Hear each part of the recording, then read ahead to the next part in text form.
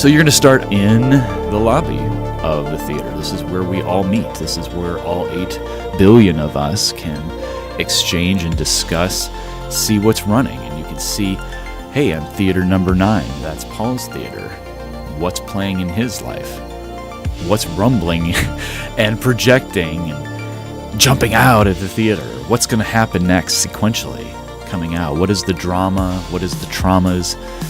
And most of all, what will be created? What is the creator and creation that is flowing as one continual process, one continual unfolding and refolding within my theater? What is playing? Well, the thing is that you can't come directly into my theater, just as I cannot step right into your theater. That is why you are in your theater and I am in mine. I am running my theater of thoughts and you are running your theater of thoughts. It's much like going to the actual movie theater and you are watching a drama, a quiet, mellow, pensive movie where you need to pay attention to the sound design. You need to watch every moment you're clinging to your seat.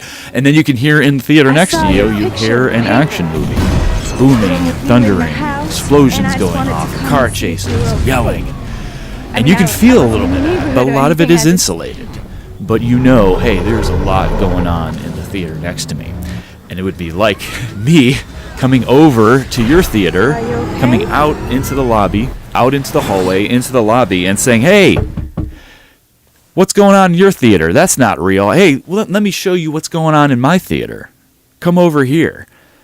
What's happening in your theater is not real. That's just make-believe. That's just pretend. That's just a story. My story is real. What matters to me is real. This is not a new metaphor of consciousness being a theater and having a screen, having projectors, having the flashing of motion. The illusion of motion is exactly the same principles that we have in our mechanical theaters, in our mechanical film strips, as our digital. Now we are in quantum theaters. We are in the both and. You may be familiar with the 1 and the 0, the on and the off, the either and the or, the wave and the particle.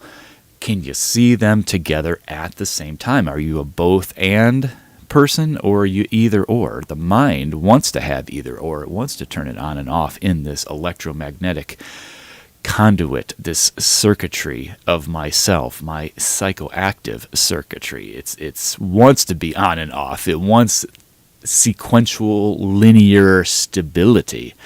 But we are quantum people now. It is so difficult to see ourselves as both and, as my theater, my experience. What I am projecting and reflecting is a feedback loop of myself, and it is entirely true. It is the testimony of my truth, just as yours is the testimony of your truth that is going on inside your theater. But we feel one cancels the other out, doesn't it? My God is the one true God in my theater. If you came over into my theater, then you would know what my God is like. And you can apply that to any other aspect of life. My information is superior. My education is superior. My credentials are superior. My scarcity of how I play the game of supply and demand is more valuable. It's these beliefs that are running through us. We get our default beliefs. The default belief, really, for America is work. You will work, and you will work harder. And that's the joy that you get. We call it a career of seemingly stability that is available to very few who can climb the pyramid of scarcity, who can be a shareholder and not just a stakeholder. The idea is to not be a stakeholder, to not be an operator, to be an owner so you don't have to operate. This is the God King curriculum that has been running for 5,000 years since our creators started our planet. This is so very important to know. I understand it may be very difficult. Paul, you're jumping to a lot of quick conclusions here. A lot of things you're jumping around. Well, a lot of things are going on inside these bodies, inside these minds, inside our electromagnetic quantum dynamic theaters. But we see and believe ourselves as the separate object, don't we? As the particle. It's so difficult to close down the shades, to go into our theater and let that become a temple, an inner sanctuary of projector reflector, of the source that is inside of all of us, that is flowing through, that has to be closed off. If you step outside into pure bright sunlight, you have no contrast. You squint. You can't open your eyes. You have no darkness. You have no contrast. That is why you come into your body. You come into your personality to project and put your spin on life as a unique being, a unique dualistic personality that is fully adaptive and fully aware of what is going on, that is closed down to all things around it. The darkness comes in. It is so